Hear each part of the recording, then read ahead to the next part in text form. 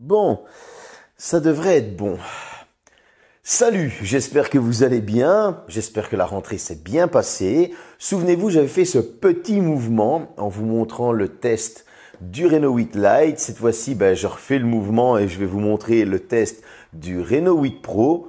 C'est bizarre, j'ai pas fait le Reno 8. Oui, parce qu'il va venir fin de semaine ou sûrement début de semaine prochaine en fonction de comment je finis la vidéo. Donc, je vais vous envoyer le test du Pro tout de suite. C'est parti.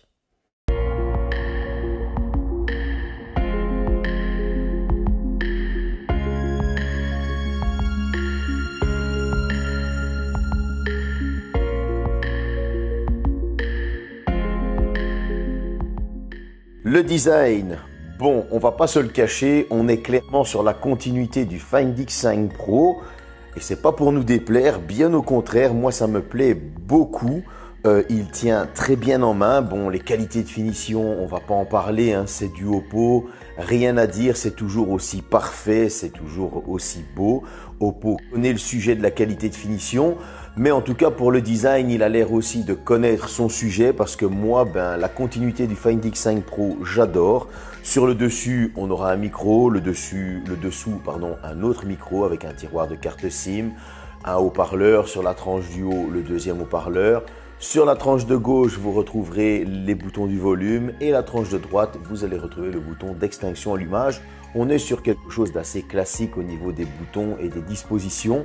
Mais par contre, on a des bords plats, des coins arrondis et on a ce dos qui est simplement magnifique, qui vient reprendre les lignes, comme je le disais, du Find X5 Pro.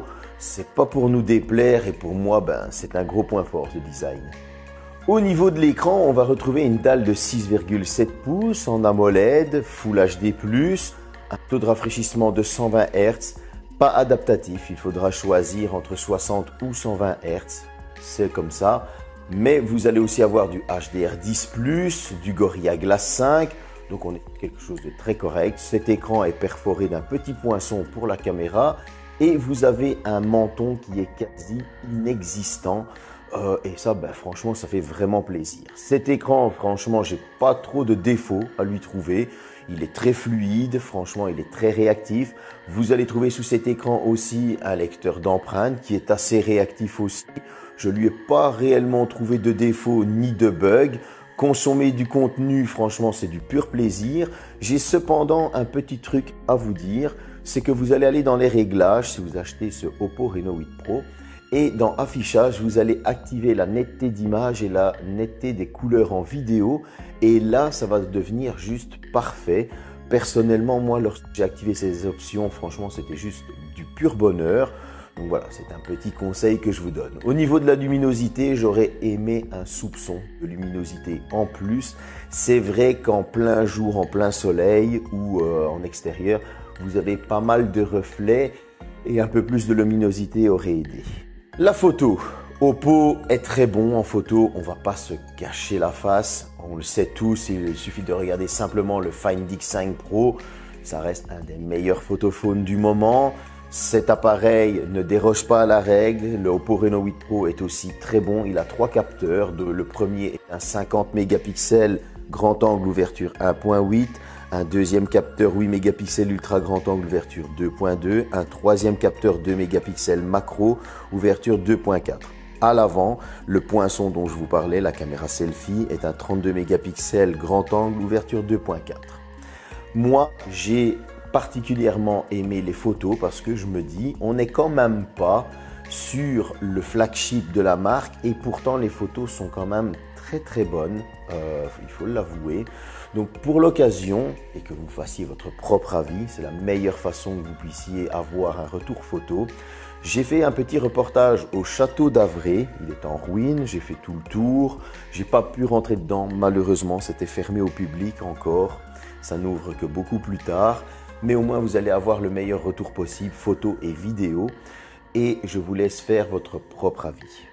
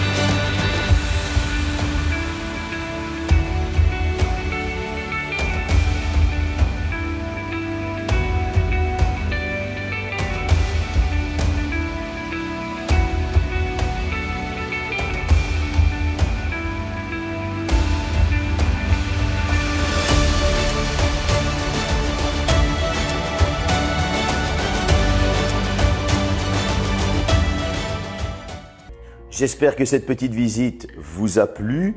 Si j'ai une petite remarque à faire au niveau de la photo, moi aimant la photo macro, je suis un petit peu déçu de cette photo macro. J'ai trouvé qu'elle ne donnait pas assez de détails.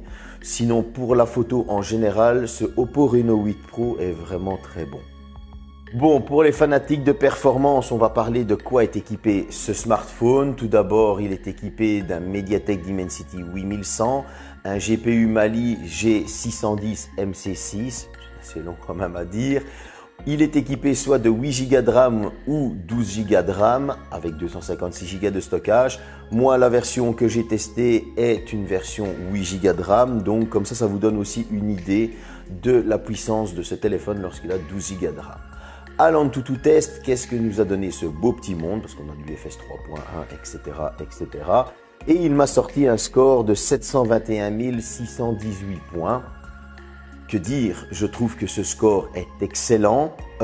Il est au même niveau que mon S21 Ultra. C'est toujours le téléphone que j'utilise. J'ai du mal à m'en séparer, vous le savez bien.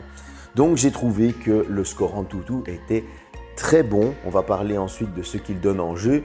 Mais avant ça, que nous a donné au Geekbench? Ça nous a donné un score de 898 au simple cœur et un score de 3616 au multicœur.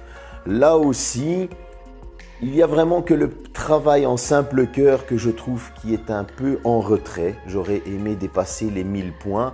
Mais en tout cas, on obtient un excellent score de ces MediaTek Dimensity 8100.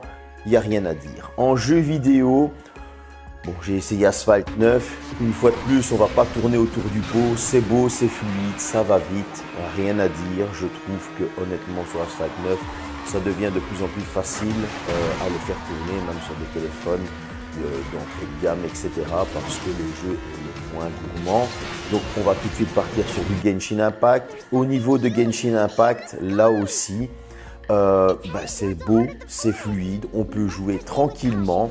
Alors au niveau des paramètres, lorsque vous allez le passer en 60 fps par contre, il va diminuer le graphisme. Si vous êtes en 30 fps, vous pourrez mettre les graphismes en élevé.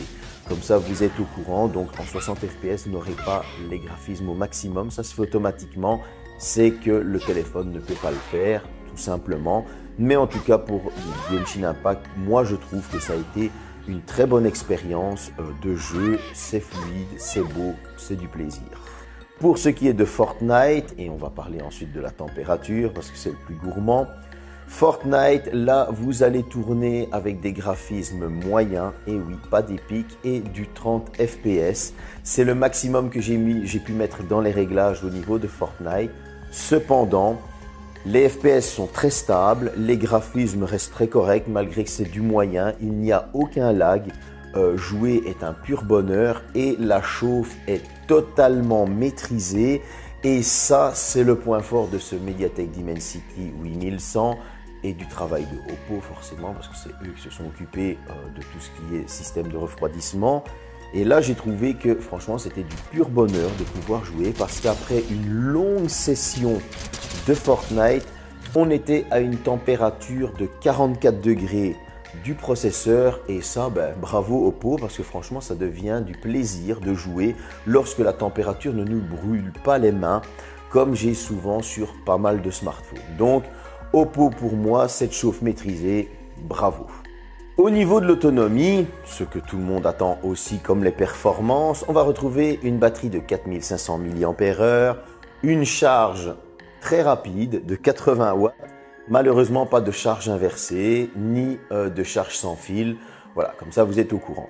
Mais en tout cas, cette charge rapide, j'ai été assez étonné de voir que de 0 à 100, donc téléphone mort, elle a réussi à me recharger le téléphone en 28 minutes. Que demander de plus? On s'y habitue très vite, en tout cas, à cette charge rapide, parce qu'on voit qu'on est dans les 20-30%, on lui remet un petit coup de boost et on est reparti pour combien d'heures? Eh bien, on est reparti quand même pour pas mal de temps et ça, c'est un gros point fort. En utilisation, on va dire intensive, comme j'ai fait, c'est-à-dire du jeu vidéo, mail, SMS, téléphone, etc., comme j'ai l'habitude de faire moi, ma propre utilisation. Ce téléphone a tenu un peu plus de 15 heures, donc 15 heures en écran allumé continu, toujours dessus, etc. C'est excellent. Franchement, c'est vraiment excellent. Donc ça veut dire que si vous partez au matin, on va dire à 7 h du matin, vers 22 h, vous allez commencer à avoir un petit 10% de batterie. Vous lui remettez un coup de boost, juste le temps de prendre votre douche, de manger un petit bout si vous avez envie d'aller boire un verre, sortir avec les potes et vous êtes reparti pour une bonne quinzaine d'heures à faire des photos, etc. Que demander de plus? En usage polyvalent, un usage que tout le monde va utiliser, pas le mien. Comptez que vous allez pouvoir tenir votre journée presque et demie. Donc là, vous allez tenir un bon 24-30 heures, ce qui est pas mal non plus, il faut l'avouer. Donc je trouve qu'au niveau de l'autonomie, encore une fois, Oppo a fait du très bon travail. Pour ma conclusion, à un tarif de 799 €, 799 € pour nos amis français, j'ai envie de dire que le positionnement est un peu haut, surtout qu'il y a pas mal de challengers, Realme, Xiaomi, Poco, Motorola, etc., etc. Donc il va devoir faire sa place. Les fans de Oppo directement se retourneront vers lui. Ceux qui veulent changer de style et qui veulent découvrir Oppo, je vous le conseille aussi. Maintenant, est-il cher? Quand on voit ce que Apple nous a sorti, honnêtement, j'ai l'impression que non, il n'est pas cher du tout. Maintenant, si on prend par rapport au reste du monde, voilà, le positionnement tarifaire est un peu haut, c'est pour ça que je le mets dans les défauts. Autre petit défaut, ça c'est mon avis, c'est que la macro n'est pas assez travaillée. Pour les fans de macro, je vais vous diriger vers le Find X5 Pro, là où j'ai eu mon petit coup de cœur.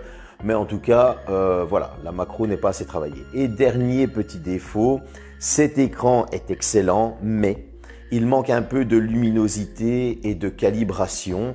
Sinon, je n'ai rien à lui reprocher. Le adaptatif, honnêtement, on s'en passe clairement parce que ce 120 Hz ne consomme rien. Oppo a très bien maîtrisé ça, donc je ne vais même pas le citer.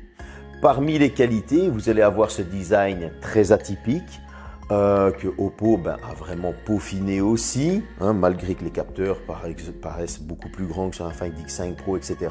Ce design est vraiment bien fait.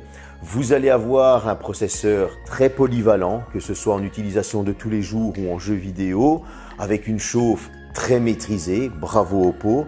Vous allez avoir une autonomie excellente. Que demander de plus?